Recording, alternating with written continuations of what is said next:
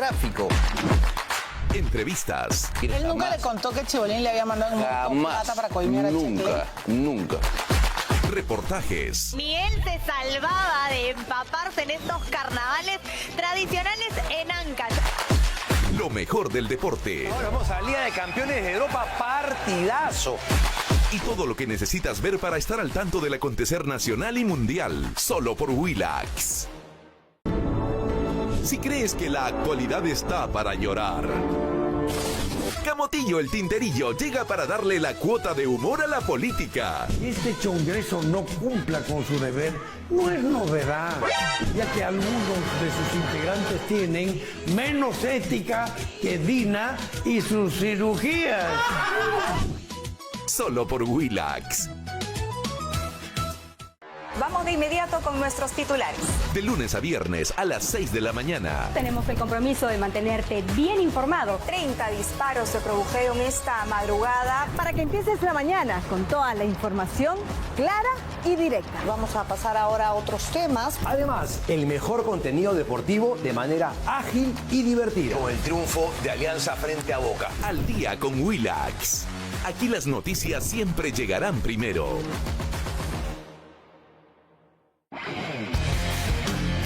De lunes a viernes, el show de la noche, Willax Deportes.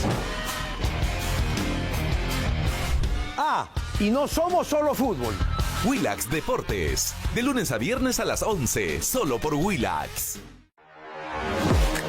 De lunes a viernes, el horario estelar de Willax te trae informes. Sino que ahora se le vincula a una red de narcotráfico. Entrevistas. Él nunca le contó que Chibolín le había mandado un montón de plata para coimear a Checle. Nunca.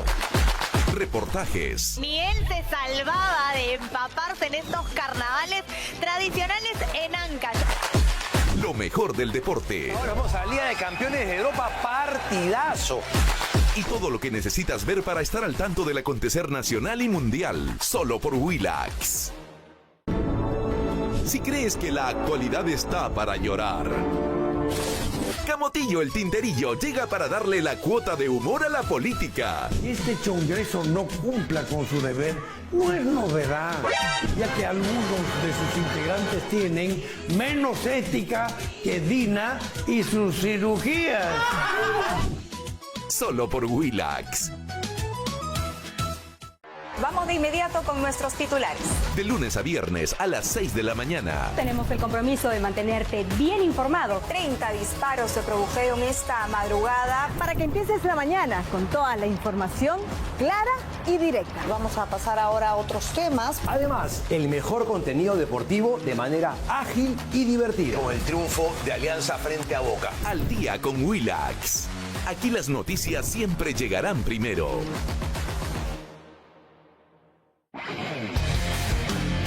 De lunes a viernes, el show de la noche, Willax Deportes. Y no somos solo fútbol. Willax Deportes. De lunes a viernes a las 11, solo por Willax. De lunes a viernes, el horario estelar de Willax te trae informes. Sino que ahora se le vincula a una red de narcotráfico. Entrevistas. Él nunca le contó que Chibolín le había mandado un montón de plata para coimear a Checle. Nunca. Reportajes. Ni él se salvaba de empaparse en estos carnavales tradicionales en Ancash. Lo mejor del deporte. Ahora vamos a la Liga de Campeones de Europa, partidazo. Y todo lo que necesitas ver para estar al tanto del acontecer nacional y mundial. Solo por Willax. Si crees que la actualidad está para llorar, Camotillo el Tinterillo llega para darle la cuota de humor a la política. Este Congreso no cumpla con su deber no es novedad, ya que algunos de sus integrantes tienen menos ética que Dina y sus cirugías. Solo por Willax. Vamos de inmediato.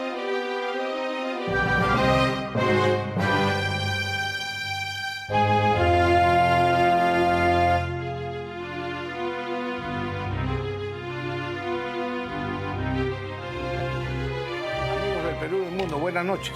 Hemos empezado 5 minutos antes. Disculpas a los televidentes que esperan a las 10 de la noche en punto para comunicarse con nosotros. Y para evitar el atropello del doctor Barba hoy día, vamos a empezar con un invitado especial, el doctor Humberto Abanto. El doctor, ¿Ah? Ya te conté. Que nunca se equivoca, además. Ajá. Bueno, muy bien. Yo hago la primera pregunta. A ver, dale. Vamos a analizar con él fundamentalmente el tema del asilo de, sí, claro, ¿no?, de la señora Nadine. El día de hoy, en El Comercio, le preguntan a Enrique Gersi, ¿en serio? ¿Cree que Nadine es una perseguida política? No, le dice Enrique. Pero con esa sentencia que han dado, le han dado posibilidades de argumentarlo, ¿no? Además, hay una crítica muy seria a los jueces y a los fiscales por su activismo político. Y esto le ha facilitado al gobierno de Lula darle el asilo por una aparente falta de neutralidad de los jueces, ¿no? ¿Tiene razón o está equivocado Enrique Gersi? No, Enrique está en la razón. Esa es una cosa muy grave y voy a decirlo lo más rápido posible, pero lo más exacto. La primera gran falla para mí, que no la señalan los demás, es que la sentencia ha valorado prueba adulterada. Quiero explicarles esto. Entonces, las famosas órdenes de pago de la Caja 2. Sí. Ya, sí. Hay una orden de pago que dice un codinome Campaña Nacional 3. Ya, eso es lo que presentó el Ministerio Público para acusar a los Humala. La defensa de Humala fue a Brasil y obtuvo del Ministerio Público Federal brasileño el original, una copia certificada del original, que no tiene Campaña Nacional 3 como codinome, no tiene ningún codinome. Entonces, de plano, los jueces lo que han debido hacer es pronunciarse sobre pronunciarse sobre el original que ya le habían a través entregado. del convenio de cooperación judicial Perú-Brasil, pedir Brasil cuál es el auténtico. Claro. No, decidieron sentenciar y valoraron el adulterado. Qué bestia. Más adelante, el otro problema es que Brasil anuló todas las pruebas que se han recogido como producto de la operación Lavallato. Y nuestros jueces han dicho que, bueno, estará nulo en Brasil, pero para aquí sí es válido. Eso es más o menos como que el Banco Central brasileño diga que un real no es auténtico, un billete de reales no es auténtico, y el juez peruano diga, para nosotros es verdadero, se acabó el tema. ¿No? Y uno más grave, que digamos amenaza a todo el mundo y prueba que hay una intención de limpiar la cancha electoral, es que se les ha condenado. La imputación era que debían presumir que el dinero tenía origen ilícito. Sí, cosa que no es correcto. En el año 2011, ¿quién podía presumir la trama corrupta que había en la trastienda de Odebrecht? Claro. Nadie. Más aún, el año 2013, la memoria del presidente del Poder Judicial es publicada, es financiada por Odebrecht. O sea, si eso es cierto, el Poder Judicial es parte del esquema de lavado de activos de Odebrecht. No, es el mismo libro que yo recuerdo que publicó el propio Poder Judicial. Claro. ¿La memoria es esa? Es la memoria. En la que sale, entre otros, o sea, como un gran empresario, el señor Barata, Jorge Barata, al lado de don Alberto Benavides de la Quintana. Así es. La foto es al lado. Tal cual. Entonces, y digamos, las fallas son tan gruesas que, en mi opinión, esto es un salvavidas a un equipo de fiscales totalmente desacreditado por su actuación, que les ha permitido salir a decir acá está la gran victoria y se han apresurado. Claro. Y algunos dijeron que esta es una sentencia histórica, y yo dije es un error histórico, y creo que Pepe con gran talento me dijo no, va a ser una revocación histórica. Yo creo que va a ser anulada o revocada, pero eso va a ocurrir. Ocurrirá con la Sala Penal de Apelaciones, ocurrirá en la Sala Penal Permanente o lo hará el Tribunal Constitucional, pero esa sentencia no se va a mantener en pie. Bueno, ahora está claro que la sentencia está mal dada. Por otro lado, el asilo. Bueno, ahora con mayor razón... Antes de eso, estaba escuchando a algunos juristas, entre ellos a Pacheco Mandujano, y él expresaba este punto de vista. La señora que preside esta sala tiene fama de ser correcta y de ser capaz. No puede haber sido un error, ¿no? Entonces, yo supongo, dice, que le han encontrado algo y esta presidenta de la sala ha sido extorsionada o ha querido servir políticamente al equipo Lavajato. Pero la sentencia tal como está dada es un desastre absoluto. Yo me decanto por la opción de que se trata de un salvavidas. Yo quiero marcar algo acá que es importante. Todo el mundo mira a Pérez, que es un personaje llamativo, mira a Bela Barba, que también es llamativo, les gustan las cámaras, le gustan las presentaciones estruendosas. Pero ellos no son los que han causado los daños a lo largo de la operación Lavallato en el Perú. Los daños los han causado los jueces. O sea, ¿quién mandó a la cárcel a Keiko Fujimori? ¿Los fiscales? No, los fiscales pidieron la cárcel se la dieron los jueces. Pueden pedir la luna, ¿no? ¿Quién pidió la detención preliminar de Alan García? Fue un fiscal, pero quien se la dio fue un juez. Fue un juez. Y en general, la prisión de Luis Castañeda Locio, que termina casi sus últimos días, un poco más y muere en Castro Castro, porque salió para morir, y la negativa de la excarcelación de Fujimori, que tuvo que finalmente ser resuelta por el Tribunal Constitucional. O sea, acá hay que poner el ojo en el Poder Judicial. Hay un maridaje entre la Fiscalía y el Poder Judicial en orden a alterar el sistema político y convertirse en los grandes electores en el Perú. Ahora, cuando se le dio el asilo, muchos juristas aquí en primera instancia se rasgaron las vestiduras, que no puede ser, ¿no? Que hay que denunciar a Brasil ante la comunidad internacional, que el gobierno ha hecho mal en ceder, ¿no? Pero resulta de que estaban equivocados. Estaban equivocados. ¿Cómo está? El artículo 36 de la Constitución peruana dice: el Estado reconoce el asilo político, acepta la calificación del asilado que otorga el gobierno asilante. Así es. O sea, es evidente. Sí, es evidente. Yo te advierto que escuché primero los comentarios y seguí escuchando. Y ya me di cuenta después de que alguien comentó, pero no se vayan ni a la Convención de Caracas, ni la Constitución peruana, el artículo 36. Ese fue Rodríguez Mackey, dijo, no se vayan tan lejos, vayan a la Constitución peruana, nada así más. Es. Bueno, o sea, está clarísimo, y está así, tanto en las convenciones como en la propia Constitución, que quien decide si corresponde o no el asilo no es el Perú, en este caso es el país asilante. Claro, eso está, pero haya sido o no haya sido perseguido, quien lo decide es el país asilante. O sea, en este caso le correspondería a Brasil decidirlo, claro. Y a Perú le correspondía que si Brasil daba la calificación de asilado, tenía que entregar el salvoconducto, era su obligación internacional y constitucional. Es lo que ha hecho. Ha habido bárbaros. Yo quiero decir esto, ¿no? Esto es una línea de pensamiento que no comienza hoy. Comienza con el caso de Alan García, que fue recogido en el fallo que le dio la detención preliminar, donde el juez Sánchez Balbuena declaró que una de las muestras de peligro de fuga era que había intentado ejercer el derecho de asilo, que había intentado asilarse. No dijo que el derecho de asilo porque tal vez no conozca el concepto. El hecho es que el derecho de asilo, como lo ha dicho Rafael, no solo es un derecho constitucional, nosotros tenemos, es un derecho humano. Claro. Entonces, cuando alguien ejerce un derecho humano no puede tener peligro de fuga. Todo el mundo ha dicho, no, muestra peligro de fuga, y eso debe hacer que a su esposo no le revoquen la prisión prematura que le han impuesto con el adelanto de fallo. Que, ojo, termina dándole la razón a Brasil en la calificación. Sí, claro. ¿No? Entonces, la idea aquí, y creo que esto tenemos que tenerlo claro, el asilo es una institución humanitaria, constituida como una creación latinoamericana, es muy latinoamericana. Y el gran ejemplo fue Aya de la Torre. Entonces, cuando estos bárbaros decían, Dina debe hacer como Ecuador y meterse a la embajada de México, lo que es una monstruosidad, o no debe dar el salvoconducto. Lo que más podría hacer Dina, en todo caso, la señora Boluarte, es, si está disconforme con la decisión de Brasil, entregar el salvoconducto y llevar el tema a la Corte Interamericana de Derechos Humanos o a la Corte Internacional de Justicia. Pero lo que no puede hacer es negar el salvoconducto y poner, para mí, me disculpan, y creo que para ti también va a ser lo mismo, Pepe, igualar innecesariamente a la señora Nadine Heredia con Aya de la Torre. Lo que sería pues ridículo.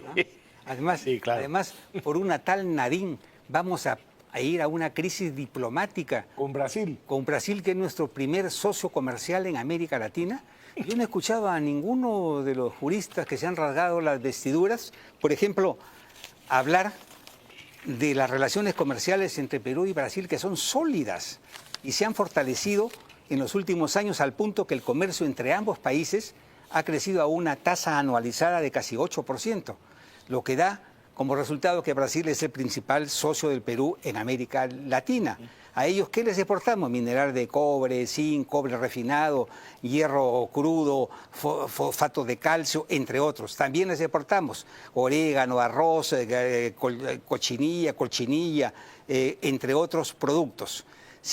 Además con arancel cero. Sin olvidar el puerto de Chancay y el proyecto bioceánico, que es importantísimo para los intereses de nuestro país. Y de Brasil. Repito la pregunta, ¿todo esto lo vamos a poner en riesgo por Nadine, que en 2 años deja de tener el asilo porque Lula se va del poder? Ahora, Y que en algún momento pagará sus deudas con la justicia? Hay que tener sentido de la realidad. Pero esta yo no creo que sea una deuda. ¿No? Porque yo creo, eso sí, ellos merecen cadena perpetua. Por otras razones. Por otras razones. No sé si cadena perpetua. Bueno, pero 20, 30 años, ¿no? Sin ningún problema. Sanción clara. ¿no? Sí. Pero no por esto. Esto es una barbaridad, ¿no? Ahora, la ley dice, o algún instrumento jurídico dice que no es aceptable o que no se debe dar el indulto, el asilo. El asilo, cuando existe condena penal. O sea, cuidado, en cualquier caso eso lo interpreta el país. No, pero deja una salvedad que le autoriza, aún con persecución penal y con condena penal, lo autoriza a evaluar si es que la persecución es legítima. Así es. Okay. Entonces, no es como lo plantea. Hay mucho cabeza caliente. Yo quiero señalar esto. Creo que todos saben que yo no tengo ninguna simpatía por la señora Heredia o por el señor Humala. Nosotros hemos combatido así toda la vida. Pero los derechos de las personas no guardan relación con las simpatías o antipatías, ni con las coincidencias políticas o las disidencias políticas. Los derechos son los derechos. Y en este caso se está violando los derechos de esta gente. Y lo he hecho igual con Vladimir Cerrón, lo he hecho igual con Keiko Fujimori, lo he hecho igual con el ministro Heiner Alvarado y lo haré igual con todo aquel que no pensando como yo sea víctima de un atropello, porque ese es el deber, creo yo, en una democracia, ¿no? Es que hay gente que no entiende que lo que hace falta es que respetar la ley para conseguir justicia. Que cuando hay atropellos, lo que no se consigue es justicia. Y había otra cosa que se estaba comentando. El tema de que la sentencia, es que hay una norma que establece en el Perú que no se puede dictar prisión si es que no se lee, si es que no es dentro de la ley, después de haber leído la sentencia completa. Hay una norma expresa y además una interpretación del Tribunal Constitucional de esa norma. A mí me pareció espectacular cuando Julio César Espinosa, el abogado de Ollanta Humala, le dice, señora, pero usted no está teniendo presente la sentencia del Tribunal Constitucional, la conocemos. Pero no está teniendo presente, también lo conocemos. Y ya va usted a leer después en la sentencia, o sea, yo me voy preso sin saber por qué. Una de las cosas que tiene el debido proceso es justamente que la persona sepa, primero, de qué la acusan y también de qué la condenan, para que la priven de la libertad. ¿Y por qué la condenan? Así es, ¿por qué razón la condenan? ¿Por qué es que la están condenando? Entonces él no sé, ¿y por qué razón se le priva de la libertad? Entonces, todo el mundo ha salido con la predicción retrospectiva, valga el juego de palabras, de, es que si no hubieran hecho eso, él también se hubiera asilado. Y yo diría bien asilado porque esta sentencia demuestra que don Manuel González Prada tenía razón en nuestro magistrado, cuando dijo, citando a Víctor Hugo, que si lo acusaban de haberse robado las agujas de la catedral y ellas estuvieran allí, ¿no? Y me persiguiese un juez peruano, yo huiría. Yo me voy. Yo huiría, decía don Manuel. Porque no va a faltar un hijo de la guayaba que me meta preso. Claro, ese es el problema, ¿no? Sí. Ahora, han citado mucho el artículo 3 de la Convención de 1954, ¿no? Que dice que no se le puede dar asilo a un procesado, a un condenado. No la leen completa. ¿No? Ahí está pero luego no leen el artículo que sigue, que dice que el país asilante es el que determina, es el que califica. No, pero en el propio 3 hay una coletilla que deja en manos del Estado la evaluación de esa situación. Porque del Estado asilante. Claro, del Estado del Estado requerido, como se le dice en términos. El Perú dice que es un delincuente, sí, pues, pero nosotros pensamos que no es un delincuente y que la justicia de ustedes contiene aguas o contiene vacíos o está manipulada y en consecuencia yo le doy el beneficio de la duda y le doy asilo político. Se acabó. No hay nada que discutir, ¿no? No hay nada que discutir, ¿no? Lo que ocurre es que hay mucha pasión, ¿no? Entonces ya, como odiamos a Humala, no importa si lo cortan en pedacitos. Yo soy de los que cree que el que aplaude un atropello está autorizando el atropello que se cometerá contra él. Así es. Eso no está bien. Yo entiendo las pasiones. Qué raro, y esas pasiones, dicho sea de paso, me recuerdan que hay un video que ha circulado. A ver, pónganse el video, 30 segundos, el video, producción, el video de cómo reclamaban a Uruguay que no le diera algunos caviares, ¿no? Que los van a ver y los van a recordar, que no le dieran asilo a Alan García. Hoy yo no he visto a todos esos decir lo mismo de este caso. Es que no pueden meterse con el abuelo de la corrupción, con el jefe de la Cosa Nostra en América Latina, que es que Lula, pues, hombre, por favor. A ver, pongan como recuerdo. Sí, Alan García nació en el Perú. Sí, Alan García fue presidente del Perú. Y sí, lo elegimos 2 veces. ¿Pero es Alan García un perseguido político? No. Sí, Alan García es abogado. Sí, Alan García es del Partido Aprista.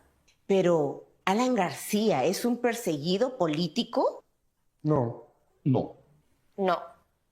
Alan García tiene una investigación fiscal. Y tiene derecho a defenderse. ¿Pero Alan García es un perseguido político? No. No. No. Amigas y amigos de Uruguay, a Alan García no lo persigue la política. Lo sigue la justicia. Permitamos que la justicia peruana decida. No, pero hoy, fíjense que hoy todos se lavan las manos, o sea, todos se alejan. Sí, hoy no piden. Porque el señor Humala y la señora Heredia deben recordar una cosa: los caviares son como los parásitos, terminan devorando a los que los alojan. Sí. No, definitivamente, ¿no? Sí, efectivamente. Y nosotros que no simpatizamos con Humala, que no fuimos ministros de Humala, no fuimos presidentes del Consejo de Siempre combatimos su frivolidad y sus corruptelas. Este programa empezó el primer día útil del gobierno de Humala, el 1 de agosto del 2011. ¿Te acuerdas? Sí, claro. Bueno, pero es más la hipocresía, porque yo no los he escuchado, por ejemplo, tener esas condenas brutales con la señora Villalán. No, efectivamente. No he visto tampoco que haya marchas, no he visto spots. El señor Olivares se le acabó la creatividad para hacer un vídeo acerca de la señora Villalán. Sí, efectivamente. Efectivamente. Esa fue la doble moral de algunos, ¿no? Y algo que recuerda Rodríguez Mackey es en lo que se refiere al artículo 9 de la Convención, que dice que una vez que el país asilante pide el salvoconducto, el país, en este caso el Perú, debe ser concedido de inmediato. ¿Qué es lo que ha hecho la Cancillería? Es lo que ha hecho. So riesgo de una crisis diplomática que no tenía ningún sentido por un personaje pero además ya quieren llamar al canciller al Congreso, y ya quieren hacer el show. Esa es otra. ¿no? Rasgarse las vestiduras. Efectivamente. Ese es el problema. No se dan cuenta de que mañana más tarde ellos podrían estar pidiendo este asilo. Exactamente, lo mismo.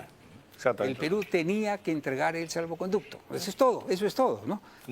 Lo cual es acorde con la política internacional y con nuestra propia Constitución. Ahora, estoy de acuerdo con Jaime de Altaos cuando él dice que no cabe duda que Ollanta Humala y Nadine Heredia fueron alfiles dentro de la estrategia de corrupción del señor Lula. No hay duda. Sin ninguna duda, ¿no? Solo por el gasoducto, 7.500 millones de dólares deberíamos darle 25 años a ambos, ¿no? Pero ese es otro tema. Aquí los están condenando por aportes de campaña en un momento en que eso no era delito, lo cual es absurdo, ridículo, ¿no? Pero además hay otra cosa, yo quiero subrayar esto a pesar de todo. Sí todo indica que hubo la conversación del 27 de abril del 2011 entre Marcelo Odebrecht, Luis Antonio Mameri, que era el superintendente para todo, el líder empresarial para toda América Latina y Angola, y Jorge Barata acerca de este aporte. Todo indica que eso es cierto. Sí. Pero lo que no se ha probado es la ejecución de ese acuerdo. Eso tiene que probarse. ¿Y qué ha hecho el colegiado? Dice, como hemos detectado, nos llamó la atención que 57 personas vinieran acá y dijeran que no aportaron o que aportaron menos de lo que se les registró. Eso nos lleva a pensar que los fondos son ilícitos. Eso es una falacia de afirmación de consecuencia. Yo no puedo decir que el efecto prueba la causa. Claro que no. Porque no sé si necesariamente se debe a esa causa. Ese efecto se debe a esa causa. Por supuesto. Entonces lo que tenían que probar es una conjetura. Eso es una conjetura. Es una simple conjetura, pero así se condena en el Perú. Sí, pues. Ahora fue el propio Marcelo Odebrecht el que reconoció que le entregó a los Humala 3 millones de dólares, ¿no? Claro. Pero que ordenó entregar. Le ordenó entregar Lula, ¿no? Le ordenó entregar, ¿no? Pero nada de eso convierte la recepción de esa donación en un delito. es que no hay delito sin una ley previa. Eso es elemental, ¿no? Eso No, es pero elemental, es que la Corte Suprema tiene interpretaciones curiosas, ¿ya? Yo voy advirtiendo estos peligros. Por ejemplo, Mario Castillo Freire, en el caso de arbitraje, se demuestra que no ha recibido dinero, entonces dice, y que no es miembro de una organización criminal, entonces dice, por favor, sáquenme y quítenmelo de colusión. Porque yo soy árbitro, no puedo coludirme. Y la Corte Suprema le contesta diciendo, por una interpretación extensiva, partiendo de la Convención de Naciones Unidas contra la corrupción... Eso no es válido para los temas penales. Contra la corrupción, el árbitro sí se puede coludir. El árbitro ejerce función jurisdiccional. Y ellos mismos en su sentencia dicen que se colude el funcionario administrativo. Pero lo ponen a Mario Castillo porque se trata de no soltar a la gente. Claro. Los mismos jueces que se quejan de que tienen una excesiva carga procesal son los mismos que se niegan a cerrar los casos y a mantener a la gente en punta de pies, caminando sobre fuego, todo el tiempo que les dé la gana. Quinquenio tras quinquenio, ¿no? Así es. Es así, ¿no? Ahora, lo que de hecho hay es una falta administrativa, podría haber una infracción tributaria, pero ya está, eso es otra cosa, pero de ninguna manera lavado de activos. En esto le están dando una mano a Humala realmente, ¿no? Además es que porque le están dando herramientas para que esto sea revocado en segunda instancia o en la Pepe, en el mundo entero, ¿no? en el mundo entero es sabido que el lavado tiene un círculo, es el dinero tiene que regresar.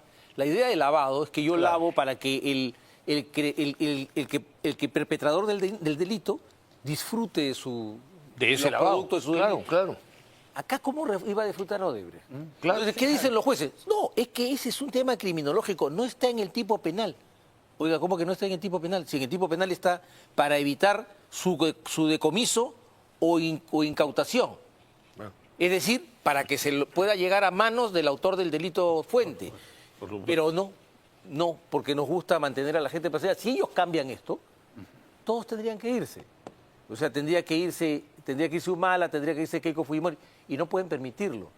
Miren ustedes el atrevimiento de poner en duda, de solicitar la Fiscalía, y estoy seguro que luego se podría tramitar, la desaparición de Fuerza Popular, la desaparición del partido en el que está Carlos Álvarez.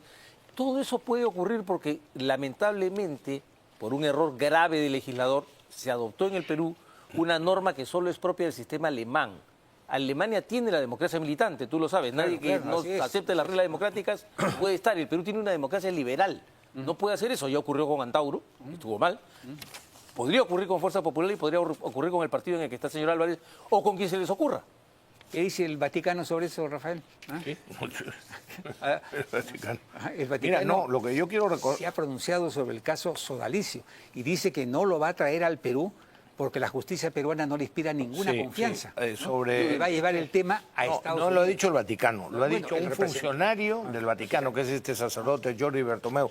De él me voy a ocupar dentro de un momento. Pero habrá que ver si es que el Papa mantiene eso, porque es que no tiene, podría considerar la denuncia del concordato. Nosotros tenemos todo el derecho como peruanos de comentar nuestras cosas, pero un extranjero, sobre todo un funcionario de un país extranjero... Y más aún un cura que está prohibido de hacer política. Efectivamente, no tiene ningún derecho a pronunciarse de esa hay manera. que distinguir entre el Vaticano de la fe y el Vaticano como Estado. Y el Vaticano como Estado no puede darse el lujo de pronunciarse sobre la justicia peruana. Bueno, pero el señor Schaller debería enviar una nota de protesta para decir, oiga, ¿ustedes están de acuerdo con eso? Debería hacerlo. Si están de acuerdo con eso, vamos a tener un problema. Efectivamente. Oye, pero yo quiero aprovechar para mencionar dos cosas. Ha muerto el almirante Alberto Rivero Valdevellano, otra víctima de los jueces ideologizados que lo condenaron el año pasado a 18 años de prisión, 40 años después de los supuestos hechos que le atribuían. Y esas juezas eran Miluz Jacano, Otto Verapinto y Helbert Llerena. Tomemos nota. Las ONGs IDL y APRODE, que están detrás de la persecución de los militares, y en este caso concreto un falso testigo que declaró en el juicio, está en los documentos del juicio, Luis Araujo Quirós, que ni siquiera había nacido hace 40 años. Y hace 2 semanas, simplemente como recuerdo, falleció también otra víctima de estos persecutores, de estas persecuciones, tan abusivas como ilegales, el capitán de navío Gustavo Cárdenas Brou. todo con la falsa e ilegal tesis de la imprescriptibilidad. No, pero ya se va a ver. Yo espero que el Tribunal Constitucional pronto vea la inconstitucionalidad de la Ley 32.107. Claro. Se creó en el Perú la leyenda de que existe una norma de jus cogens, que para empezar sería una norma consuetudinaria y nadie ha identificado cuál es la práctica generalizada que cuenta como derecho, solamente dicen pero no dicen cómo surge. Porque la norma consuetudinaria tiene dos requisitos: que haya una práctica, que haya una práctica generalizada, no una práctica de un país o dos, y usualmente de las potencias. Y tiene que contar como derechos, tiene que haber una opinio juris diciendo esto es válido para nosotros. ¿Ya? En el caso, han creado que las leyes retroactivas, ninguna de las dos casos. No, que las normas de derecho penal internacional son retroactivas, y eso es mentira. Hay 7 principios de Nuremberg que son los únicos que cuentan como derecho para ese tiempo, y ninguno de ellos contiene la retroactividad de las normas penales internacionales. Es más, el Tribunal de Nuremberg dijo en su sentencia que el nullum crimen, nulla pena sine lege no era un principio jurídico solamente, sino un principio de justicia universal. Y por eso se esforzó en demostrar contra la tesis del fiscal Jackson que ellos estaban aplicando las leyes vigentes en Alemania en aquel tiempo para asesinato, etcétera, y que lo único que había cambiado era el contexto. Entonces, punto. Pero acá se creó esto, y yo lo he dicho claramente, para castrar al Perú. Sí, claro. Para que el Perú no se pueda defender cuando ellos vuelvan a atacarlo. Exactamente, ese es el asunto. Militares y policías tengan miedo de levantar las armas contra ellos. Y estamos viviendo las consecuencias de eso. No con el terrorismo todavía, y ojalá que nunca más, pero sí con la delincuencia. Pero perdón, ahí ya les doy un dato. Esto comienza el 2016, en lo de la inseguridad ciudadana, comienza el 2016. Sí, claro. Con el cuento del Escuadrón de la Muerte que lo montaron Carlos Basombrío y Rubén Vargas, que crearon una organización criminal integrada por generales, coroneles y demás oficiales y suboficiales, comandada, cuyo jefe era un comandante de la policía. Un comandante de la policía era el jefe de una organización criminal donde sus subordinados eran generales y coroneles. ¿Ya? Esa es la tesis. Y casi, ¿qué lograron? Casi desarman completamente a la SWAT. La subunidad de acciones tácticas es la que se agarra a balazos con los criminales más violentos. Y es la que logra protegernos. ¿Qué consiguieron? Que la Embajada de los Estados Unidos cancelara el apoyo del gobierno norteamericano a los entrenamientos, capacitación y equipamiento de la SWAT. O sea, ¿por qué no tenemos? Se suspendieron los operativos preventivos de inteligencia que se llevaban a cabo para detectar, adelantarse a los ataques de los criminales, sobre todo de las bandas criminales. Desactivaron prácticamente la Divinco para darle poder a la DIVIAC. Y además arrinconaron a SWAT. Cuando yo tomé ese caso, que tanto le ha molestado a la izquierda caviar, porque se está volteando el caso, 30 policías SWAT estaban con orden de captura por una detención, por un mandato de prisión preventiva dictado por el juez Zúñiga. La sala revocó 1 a 1 todos esos casos. Y hubo uno solo, el señor Trujillo Isidro, que sí fue capturado y que misteriosamente apareció muerto en su celda. Sí, me acuerdo. Entonces, sí, me acuerdo. Ahí comenzó, cuando se perdió el trabajo de inteligencia y el enfrentamiento con estas bandas, se desbordó. Pero claro, ahora sale el señor Basombrío a explicar cómo es que hay que arreglar el problema. Hoy son ellos los que tratan de explicar qué es lo que no se está haciendo en el Perú, ¿no? Y que gracias a eso que no se hace estamos sufriendo la delincuencia y la inseguridad que estamos sufriendo.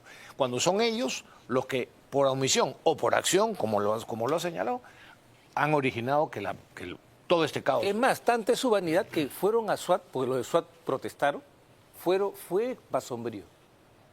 Y Basombrío se disculpó con ellos en privado y un policía lo grabó. Imagínate tú. Y como filtraron el vídeo los policías, Basombrío dijo que no se iba a disculpar entonces públicamente. ¿Qué? A ese punto llega la vanidad. Pero ha destruido la seguridad de los ciudadanos en Lima y en el país, porque esos operativos se daban en todo el país. Entonces, ¿quieren mirar culpables? Miren a los verdaderos culpables. Esto tiene que ver con el propósito de tenernos arrinconados para luego decir, yo tengo la solución. Yo sé lo que hay que hacer. Bueno, señor, muchas gracias. Gracias a ustedes. Gracias. Gracias, Pepe. Como siempre. Gracias, Humberto. La Biblia jurídica. La Biblia jurídica. Gracias, señor. Continuamos nosotros. Chau, señor. Gracias. Hay 2 aniversarios que hemos celebrado Bueno, uno se celebra el martes 22, en la próxima semana, que se cumplen 28 años del ejemplar Operación Chavín de Huántar, con la que se liberaron a 72 rehenes que estaban en la embajada, en la casa del embajador de Japón, secuestrados por el MRTA. ¿Tú tenías algo que decir sobre eso? Después voy al otro aniversario. Mañana hay un homenaje del Congreso, 28 años de una hazaña que marcó al Perú. Esto va a ser en el hemiciclo Raúl Porras, ¿no? Está convocado por Patricia Juárez y también por una serie de congresistas. Homenajes como estos hay que hacerlos. Por supuesto. Porque, como se dice, ¿no? Pueblo que olvida su historia, inevitablemente la va a repetir.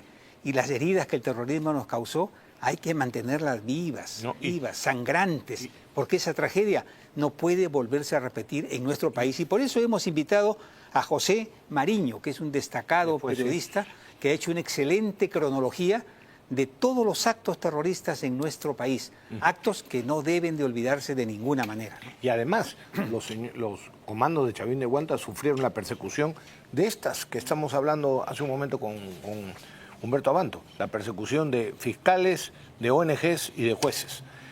Y el otro aniversario es que hemos celebrado, sí, el jueves pasado, el jueves último, 17 de abril, que se cumplieron 6 años del asesinato, digo yo, de Alan García, que tuvo varios autores mediatos, si queremos usar la teoría de la autoría mediata. El señor Humala y Nadine, los fiscales Pérez y Vela, los periodistas como Gustavo Gorriti, Rosa María Palacios, políticos como Cateriano y Alan Wagner y decenas de caviares que lo acosaron miserablemente al presidente García. Y yo quiero, en homenaje a él y además en la verdad histórica, recordar brevísimamente lo que se hizo en ese segundo gobierno de Alan García. Recordemos los frutos. El Producto Bruto Interno se duplicó con un crecimiento anual de promedio de 7.2% y pasó el PBI per cápita de 2.900 a 5.900 dólares. Casi 3 millones de personas accedieron a la electricidad y más de 5 millones al agua potable. Se construyeron y reconstruyeron más de 11.000 kilómetros de carreteras. Se crearon 2,5 millones de empleos, de nuevos empleos. Se construyeron y equiparon 47 hospitales. ¿Te acuerdas que Vizcarra dijo que iba a construir, quién fue el que dijo que iba a construir un hospital por día? Vizcarra. Sí, ¿no? Sí. Bueno, 47 hospitales, además del INCOR y del Hospital del Niño. Se edificaron 59 colegios emblemáticos y otros 51 quedaron encaminados. Se construyó el Teatro Nacional, el tren eléctrico, las centrales hidroeléctricas de Olmos y Chavimochic, incorporando decenas de miles de hectáreas a la agricultura. A su iniciativa se constituyó la Alianza del Pacífico, se planteó a La Haya la ausencia de límites marítimos con Chile, cosa que ganamos en el 2014, y se firmaron 19 tratados de libre comercio generando un mercado de 3.000 millones de personas. Y por eso, durante ese gobierno, casi 6 millones de personas, de peruanos, dejaron de ser pobres, muchos de los cuales lamentablemente han regresado a ser pobres como consecuencia de los desastres de los últimos gobiernos. Y cuando la Corte Interamericana de Derechos Humanos le ordenó al Perú que pague reparaciones a los terroristas, efectivamente, Alan García fue el único presidente que los mandó al diablo.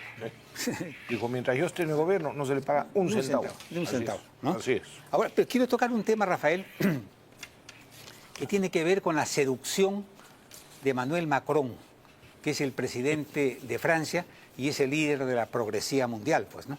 Entonces, él ha llamado por teléfono a Dina Boluarte, dicen que tiene una voz romántica y entonces la ha enamorado, la ha seducido. Además con acento francés. Además con acento francés. Todo elegante. Entonces, ya se ha comprometido con Dina a respaldar al Perú para que ingrese a la OSD. Muy bien, entonces digo... OCDE. ¿De dónde le nació tanto amor, no? ¿Qué pasa? En Francia se va a realizar un evento mundial sobre la Convención del Mar, que es el sueño de la progresía, que el Perú cambie su tesis de las 200 millas y vaya a las 12 millas, ¿no? Lo cual es un imposible. Dina no lo sabe, pero está en la Constitución, está en el espíritu de los peruanos y solamente una firma de ascendencia o de entendimiento significaría algo así como traición a la patria y eso sí significaría su vacancia. Yo le recomiendo al Congreso que no le den permiso, porque dudo que la señora entienda en lo que se está metiendo, ¿no? Pero Macron le dijo una larga conversación donde conversaron sobre la lucha contra el crimen organizado, muy bien, ¿no? Cómo trabajar juntos contra el cambio climático, la protección de la biodiversidad, preservar los bosques, actuar a favor del medio ambiente y, claro, asistir a la reunión de las Naciones Unidas sobre la Convención del Mar, donde ellos esperan sacarle alguna firma, algún compromiso para avanzar hacia, en esa línea, hacia la Convención del Mar, ¿no? Que por supuesto, en otras palabras y en cristiano, va a tener serias consecuencias. No sea usted torpe, consulte bien, ¿no? Señora, sí, así es, señora Boluarte, no se meta en una camisa de 11 varas que le va a salir carísima si es que lo intenta. ¿Eh? Así es. Aunque sea con el ¿cómo le llaman? El cortejo de Macron. No se deje ganar por eso. Le han dicho, no, pero no hay ningún problema, las 200 millas, sí. Lo que pasa es que va a haber, ¿qué es el marco? La Convención del Mar establece un marco legal para el uso de los océanos en el mundo. Y hay una institución sobre ella, compuesta por burócratas internacionales, a los cuales el Perú tendría que pagarles también su cuota, y te van a decir, cuidado, aquí no se puede pescar esto, por agua. Se meten completamente, como quieren meterse en el tema de los bosques, de la Amazonía y todo lo demás. Por eso es que Estados Unidos no ha firmado esta convención. Venezuela desde 1984 ha rechazado también esta convención, ¿no? Y el Perú no solamente la ha rechazado, la ha puesto en su constitución, ¿no? Sí, claro. Así que... Ya con eso tendría suficiente para echarse para atrás y no dejarse seducir, ¿no? Porque cambiar la Constitución, además, en ese punto, sería francamente imposible. Pero es difícil resistirse a una seducción en francés, aunque sea un castellano mal hablado, ¿no? Con acento francés. Por fin se generaliza, oye, el cuestionamiento a la salud mental del fiscal Pérez, ¿no? Hace bastantes años, no sé cuántos, pero varios años, que nosotros dijimos aquí en este programa que el fiscal Pérez era un peligro público, justamente por ese desequilibrio mental. Hoy día se ha generalizado la opinión y ya lo comentan los medios de comunicación, lo comentan los congresistas, lo comentan ex procuradores, todo el mundo dice que está haciéndole daño a la Fiscalía, por supuesto, y a la justicia no digamos, y que la Junta Nacional de Justicia tendría que separarlo. Y por mi lado yo diría que el Congreso inhabilitarlo, no solo por eso, sino por las injusticias y las barbaridades que ha cometido, ¿no? Él está suspendido por 6 meses. Sí. Y yo no sé qué hacía en el juicio de Humala, ¿no? ¿Ah, sí? El fiscal Vela debió haberle pedido que se retire porque estaba complicando la imagen del proceso. Sí, no, pero la fama que tiene el fiscal Pérez es una mala fama. Sí, pues. Y eso, por supuesto, en Brasil lo van a explotar también. Sí. Lula no tiene problemas con el Perú. El país que asila no está obligado a dar ninguna explicación, simplemente procede. Pero Lula sí tiene que dar explicaciones en su país, ¿no? Y todos los elementos, todos los errores que se hayan cometido aquí van a ser explicados por ellos. Y eso va a significar un daño aún mayor para nuestra ya alicaída justicia peruana, ¿no? Así es. Oye, ahora sí déjame un par de cosas sobre este señor, este sacerdote Jordi Bertomeu, investigador canónico, nombrado, se supone, por el Vaticano. He visto una foto de él. He visto una foto de él. Ah, sí. Que conversa con el está Papa. La foto. A ver, producción, por favor, ahí tiene la foto. Mire, con las manos en el bolsillo. Con las manos en el bolsillo, rascándose los peluches, ¿no? Más o menos. No, tampoco, Pepe, no, cuidado.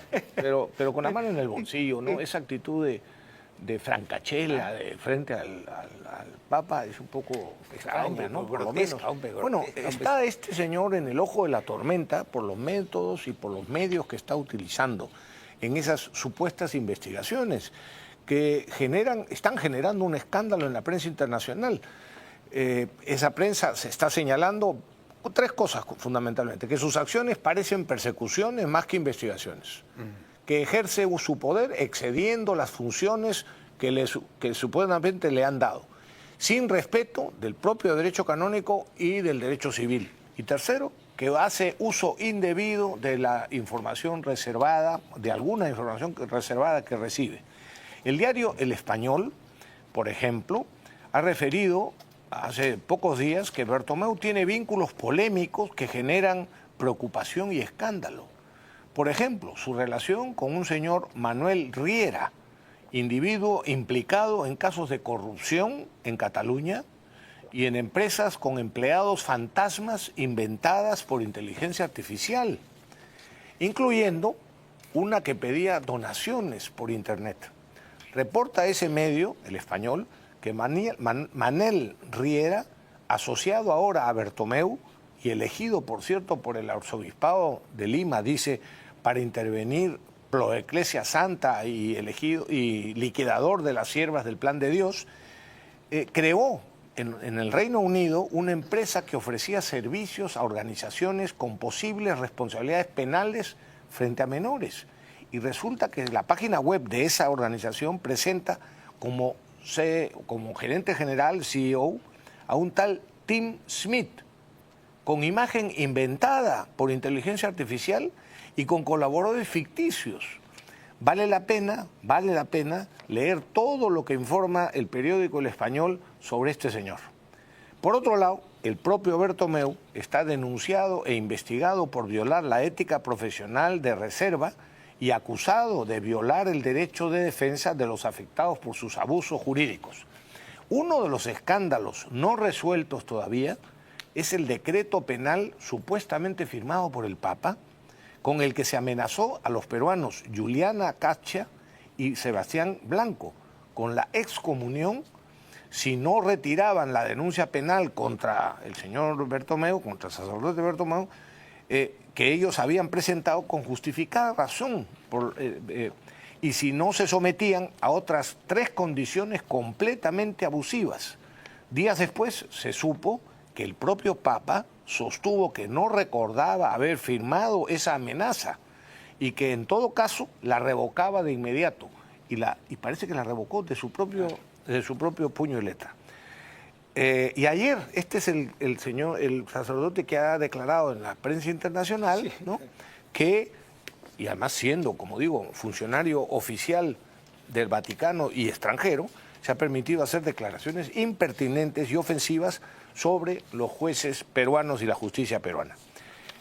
Penoso, la verdad, penoso y lamentable por el daño que se hace también a la Iglesia Católica. Nosotros podemos criticar todo lo que nos nazca del forro. Sí, claro. Pero un diplomático y representante de un Estado, porque el Vaticano es un Estado para estos fines, no tiene ningún derecho. No puede comportarse de esta manera, ¿no? Como decía Humberto, debería merecer una nota de protesta de la Cancillería peruana. Pues Rafael, a ver, cambiando de tema. Sí. Lima tiene 2 problemas fundamentales, ¿no? Uno es la seguridad y el otro es el tráfico. Son 2 problemas. Muchas provincias tienen problemas de agua, luz, desagües, en fin, ¿no? Pero Lima tiene 2 problemas serios, ¿no? La editorial central del Comercio de hoy día está dedicada a ese infierno diario que sufrimos los limeños y que no es otro que el maldito tráfico limeño. De acuerdo con el último ranking mundial sobre tráfico, Lima es la ciudad del mundo en la que más horas se pierde por el tráfico entre más de las 500 urbes evaluadas. Según el informe, el limeño promedio pasa cerca de 155 horas al año atrapado entre humos, carros, buses y motocicletas.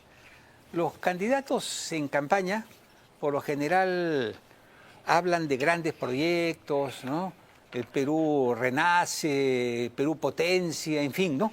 Pero ponen en un lugar secundario los verdaderos problemas que afectan al país, que afectan a los peruanos. Todos los días. Por ejemplo, esto en Lima, sí, ¿no? Claro. La seguridad y el tráfico. Claro. Y no hay luz al final del túnel, no hay soluciones, ¿no?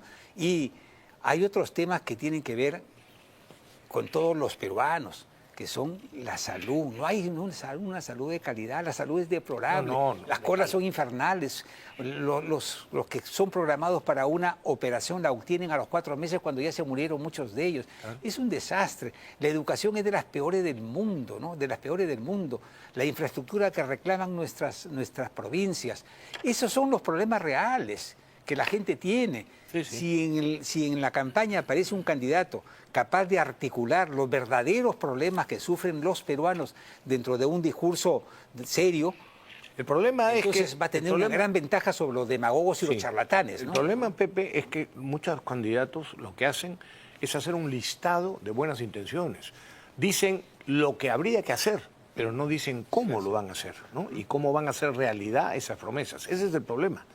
Ese es el problema real de la demagogia de muchos políticos, ¿no? Y eso es contra lo que en este programa seguimos y seguiremos luchando, ¿no? Y denunciando.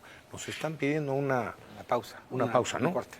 Vamos a regresar, por cierto, en el próximo... Regresamos con José Mariño. José Mariño, ¿Qué pasa ese libro? autor de este libro. Muéstralo. El libro. La cronología sangrienta y oculta de Sendero Luminoso, ¿no? Este es un documento fundamental, porque como dije antes, estas historias no deben de olvidarse. Sí, hay que recordarlas siempre, porque de otra manera se repiten. Y nada puede haber sido más trágico en la historia del Perú que Sendero Luminoso y el MRTA. Y este libro da una cronología exacta de lo que pasó, de la tragedia que vivimos y sufrimos todos los peruanos, ¿no? Pausa y regresamos.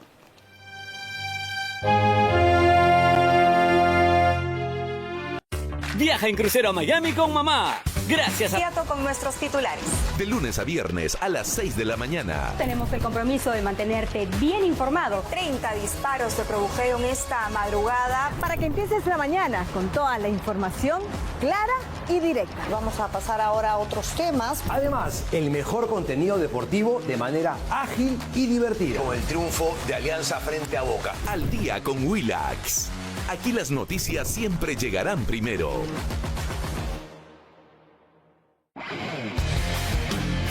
De lunes a viernes, el show de la noche, Willax Deportes. Y no somos solo fútbol. Willax Deportes, de lunes a viernes a las 11, solo por Willax. De lunes a viernes, el horario estelar de Willax te trae informes. Lo que ahora se le vincula a una red de narcotráfico. Entrevistas. Él nunca le contó que Chibolín le había mandado un montón de plata para coimear a Cheque. Nunca. Reportajes. Ni él se salvaba de empaparse en estos carnavales tradicionales en Ancash. Lo mejor del deporte. Ahora vamos a la Liga de Campeones de Europa, partidazo. Y todo lo que necesitas ver para estar al tanto del acontecer nacional y mundial, solo por Willax. Si crees que la actualidad está para llorar, Camotillo el Tinterillo llega para darle la cuota de humor a la política. Este Congreso no cumpla con su deber no es novedad, ya que algunos de sus integrantes tienen menos ética que Dina y sus cirugías. Solo por Willax. Vamos de inmediato con nuestros titulares. De lunes a viernes a las 6 de la mañana. Tenemos el compromiso de mantenerte bien informado. 30 disparos se produjeron esta madrugada. Para que empieces la mañana con toda la información clara y directa. Vamos a pasar ahora a otros temas. Además, el mejor contenido deportivo de manera ágil y divertida. Con el triunfo de Alianza frente a Boca. Al día con Willax. Aquí las noticias siempre llegarán primero.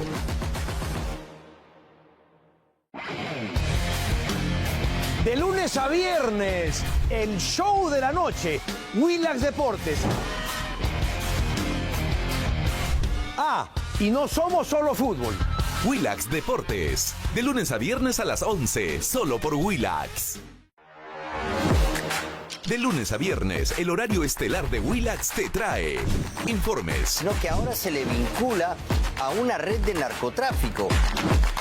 Entrevistas. Él nunca le contó que Chibolín le había mandado un montón de plata para coimear a Cheque. Nunca. Cronología sangrienta y oculta, ¿no?, del terrorismo en el Perú. En 150 páginas. Sí, y es el segundo... ¿Cómo en 150? 150 páginas. Bueno, sí. Sí, efectivamente, 150 páginas. Pero es el segundo tomo. Estamos con José Mariño, un periodista de larga data, que por cierto, es para comentarlo, licenciado en Ciencias de la Comunicación de la Universidad San Martín de Porres, pagó sus estudios trabajando como vendedor ambulante. Sí que tiene mérito, Pero más mérito que eso tiene el trabajo de recopilación que has hecho José, de todas estas barbaridades que sufrimos en Sendero Luminoso, ¿no? Primero, gracias por aceptarnos la entrevista. Ya tenía yo la intención de invitarte desde la presentación que hubo de tu primer libro, ¿no? Exacto. Pero ahora es el segundo. Claro, Cuéntanos. no, gracias Rafael, gracias Pepe, muy amables. Claro, es un trabajo arduo, está documentado, no hay nada inventado, no es una interpretación de lo que pasó. No es la narrativa que han vendido No, las no. ONGs, exactamente, es la documentación precisa, probada, de las barbaridades que sufrió el país, sufrimos los peruanos, con estos terroristas. Sí, sí, claro, el primer tomo, digamos, nace a raíz de una iniciativa privada, independiente, no tenemos un auspiciador. Yo durante un año completo, entre el 2017 y 2018, publiqué en Twitter y Facebook todos los días la cronología que he ido avanzando. Sí, me acuerdo. Un día como hoy, hace tantos años, sucedió este atentado. Y lo iba resumiendo y luego seguí. Eso me dio pie a que durante el desarrollo o la publicación de esta cronología, personas sobrevivientes a la barbarie terrorista comunista en el Perú se comunicaran conmigo internamente por Facebook o por Twitter, que habían sobrevivido, hijos, nietos, primos, Padres. y con detalles que no oficialmente se registran de aquellos hechos. Entonces se fue nutriendo la cronología, ellos pidieron anonimato y se ha respetado el anonimato. Y al cabo del año, Gustavo Rojas, con quien he hecho el segundo tomo, me llama y me dice, me pide permiso para continuar con la cronología, digamos, que yo hice, pero además adicionando un gran archivo que tiene de recortes periodísticos de la época, ¿no? De diarios y de revistas. Y él ha seguido hasta el día de hoy esa misión y nos asociamos, nos juntamos y hemos sacado el segundo tomo que tiene ese soporte visual y tiene ese soporte periodístico de los recortes de la época. Es decir, acá los hechos ocurrieron, acá no hay interpretación, no es que mi parecer, claro, no es hechos reales y fácticos. No es la falsa historia que ha, por ejemplo, vendido la Comisión de la Verdad durante bastantes años y de la que mucha gente joven es víctima, ¿no? De haber, incluso en los colegios y universidades les han enseñado esa falsedad. Correcto, pero también es un error de los padres. Los padres debemos hablar con nuestros hijos. Yo hice mi tarea con los míos desde que tenían 8 o 9 años. Y curiosamente en el colegio, cuando yo comentaba esto con los padres de familia, me decían, pero los vas a traumar a tus hijos, son muy tiernos para que les cuentes. No, señor. La verdad es una sola y hay que contársela, por más dura que sea, ellos tienen que saber qué pasó en nuestro país, para que luego no les vendan ese cuentito de que eran luchadores sociales, combatientes por el pueblo, que ayudaban a los campesinos, etcétera, etcétera, cosa que los campesinos eran los que más detestaban, porque consideraban que el campesinado era un lastre para el avance de la revolución y ni siquiera valía gastar una bala para matarlos. Por eso es que los mataban a machetazos, los mataban, les destrozaban el cráneo a golpe de piedras, a golpe de barreta, a golpe de hacha. Lo que están escuchando, amigos, la gente joven que nos escucha, lo que están escuchando, ninguna de las cosas que ha comentado, que acabas de comentar, son falsas. O sea, todas son de hechos verídicos. Está todo documentado. En el libro está todo documentado. Son 12 tomos, es un proyecto ambicioso. Pensábamos hacer uno solo, pero salía más de 1.500 páginas que no lo iba a leer ni el más interesado. Entonces empezamos a sacar un tomo por año. No nos sobra la plata. Nos escriben y nos dicen que muy bien la obra, pero si no compran y no nos ayudan a comprando el libro, que cuesta 40 soles. Por cierto, ¿cómo pueden hacer para comprar? Es bastante simple. Envías un mensaje WhatsApp al 982-057-283. A ver, que lo pongan ahí, si pueden, en pantalla. 982-057-283. Nos envían un mensaje WhatsApp y tenemos un servicio de reparto a domicilio en Lima y a nivel nacional. Les enviamos el libro, ¿no? Ese dinero no es porque te vas a hacer rico con el libro. Ese dinero es para tenerlo, tener un fondo y poder el próximo año publicar el tercer tomo y hasta donde nos dé la vida, ¿no? Porque son 12 tomos y ya estamos trabajando el del próximo año. Es un trabajo duro. Sí, claro. Un trabajo duro. Duro y nada de fácil, porque efectivamente, bueno, supongo que incurres en un montón de tiempo, porque estás revisando los diarios, los tienes que cruzar fuentes, porque si lo ponemos en el contexto, en aquella época no había WhatsApp, no había Twitter, no había Internet, no había nada, y muchos de los del genocidio terrorista eran los pueblos del interior, donde si el hecho ocurría el lunes, llegaba a la capital de la provincia el jueves, viernes o sábado, y hay fechas en publicaciones que también difieren, ¿no? Entonces hay que cruzar información, puede diferir un día o más o menos, pero que el hecho como tal ocurrió. O sea, eso está fundamentado, ¿no? Claro. El trabajo es duro en Rafael Pepe porque yo he estado en yo he recorrido mi Perú amado, atacado y ensangrentado. De canal de Panamericana Televisión. De Panamericana y este Canal 4, que yo empecé ahí, también, ¿no? Canal 4, Canal 9 y luego Panamericana. Pero de este muchacho, este joven, que era practicante, yo empecé a trabajar cuando estaba en el 5º ciclo. Y he recorrido el Perú nuestro atacado y ensangrentado por el terrorismo genocida. Y he visto cosas terribles. Y hacer la cronología, he tenido que parar varias veces porque te cargas y la verdad es que hay un momento que te quiebras, ¿no? Tanta desgracia, tanto dolor, tanta insania, abominable, macabro, hasta diabólico, ¿te sabes? Sí. Gente a la que le arrancaban los testículos estando vivos, le cortaban la lengua, le sacaban los ojos, madres a las que le abrían el vientre de un machetazo, sacaban el feto y lo tiraban a los perros, que le destrozaban el cráneo a pedrazos, o sea, son cosas atroces las que han pasado. Y eso no se puede justificar, sea del lado que sea. No, por supuesto. Es una verdad. Y eso que se ha ocultado durante muchos años. Exacto, por eso es que la cronología se llama sangrienta, porque lo fue, y oculta también. Porque puede estar en documentos, pero no lo cuentan, la ocultan, ¿no? Entonces, eso está mal. Uno tiene que saber lo que pasó con su país y hablar con sus hijos, y el libro sirve para eso. Tú te puedes sentar, como me sentaba yo con los míos, en la mesa, hoy pasó esto en la cena, ¿no? Un día como hoy pasó esto, y comentabas los hechos del día y hablabas con tus hijos. Y hacías docencia con tus hijos. No, de esa manera, o sea, es imposible que después lo traten de convencer de otras cosas, ¿no? Es solamente la verdad. Perdón, ¿qué hizo la Comisión de la Verdad? Se esforzaba por presentar al MRTA como a Sendero Luminoso, como jóvenes idealistas, luchando y muriendo por un ideal de justicia. Más o menos eso, ¿no? Más o menos eso, ¿no? Es verdad que los califica por supuesto, de terroristas, sí, claro, pero los pone en la misma balanza a los terroristas que atacaron al Perú, a todos los peruanos, a toda la sociedad peruana, en un platillo y en el otro platillo, como si fueran igual de asesinos a los militares y a los policías, que lo que hacían era defendernos a nosotros de esos crímenes, ¿no? Exacto. O sea, es increíble la labor que han hecho. Pero claro, tuvieron, entre otras cosas, 13 millones de dólares que regalaron de Alemania, del gobierno alemán, para hacer todo este show y el museo que tenemos ahí, ¿no? Y ocultaron lo que tú estás describiendo con precisión. La crueldad, la maldad luciferina, ¿no? Ellos tenían contra sus víctimas. Yo tuve un amigo al que lo despellejaron vivo antes de matarlo. Esos casos existen. ¿No? Esos casos existen. Es impresionante. Esos casos existen, ¿no? Y además... Cuando me entrevistaron yo les conté todas estas historias, no sacaron nada de eso. No, claro. Además se oculta, entre otras cosas, que también violaban mujeres, sí, claro. ¿no? Violaban niñas, raptaban y secuestraban a los niños para convertirlos en pioneritos, y luego han usado a niños como niños bomba. Para atentar, y los pobres pequeños han muerto despedazados.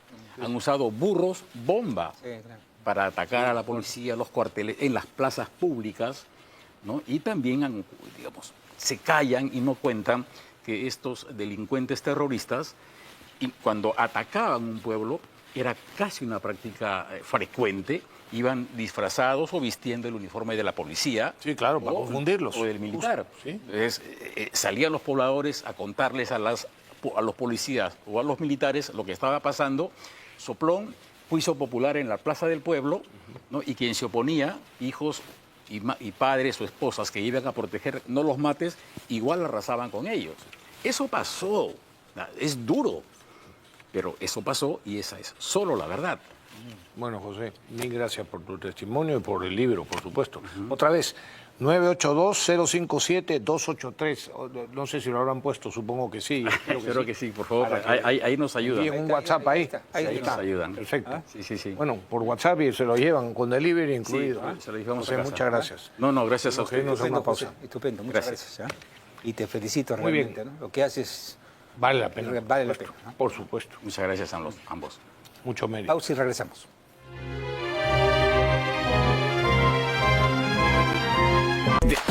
Reportajes. Ni él se salvaba de empaparse en estos carnavales tradicionales en Ancash. Lo mejor del deporte. Ahora vamos a la Liga de Campeones de Europa, partidazo. Y todo lo que necesitas ver para estar al tanto del acontecer nacional y mundial. Solo por Willax. Si crees que la actualidad está para llorar, Camotillo el Tinterillo llega para darle la cuota de humor a la política. Este Congreso no cumpla con su deber no es novedad, ya que algunos de sus integrantes tienen menos ética que Dina y sus cirugías. Solo por Willax. Vamos de inmediato con nuestros titulares. De lunes a viernes a las 6 de la mañana. Tenemos el compromiso de mantenerte bien informado 30 disparos se produjeron esta madrugada. para que empieces la mañana con toda la información clara y directa. Vamos a pasar ahora a otros temas. Además, el mejor contenido deportivo de manera ágil y divertida. Con el triunfo de Alianza frente a Boca. Al día con Willax. Aquí las noticias siempre llegarán primero.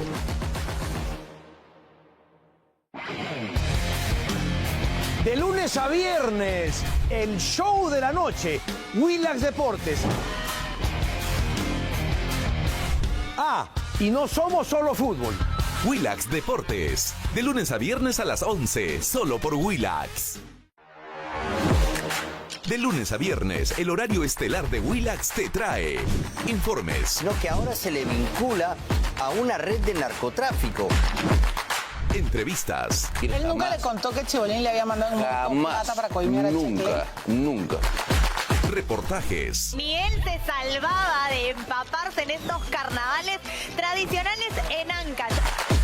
Lo mejor del deporte. Ahora vamos a la Liga de Campeones de Europa, partidazo. Y todo lo que necesitas ver para estar al tanto del acontecer nacional y mundial. Solo por Willax.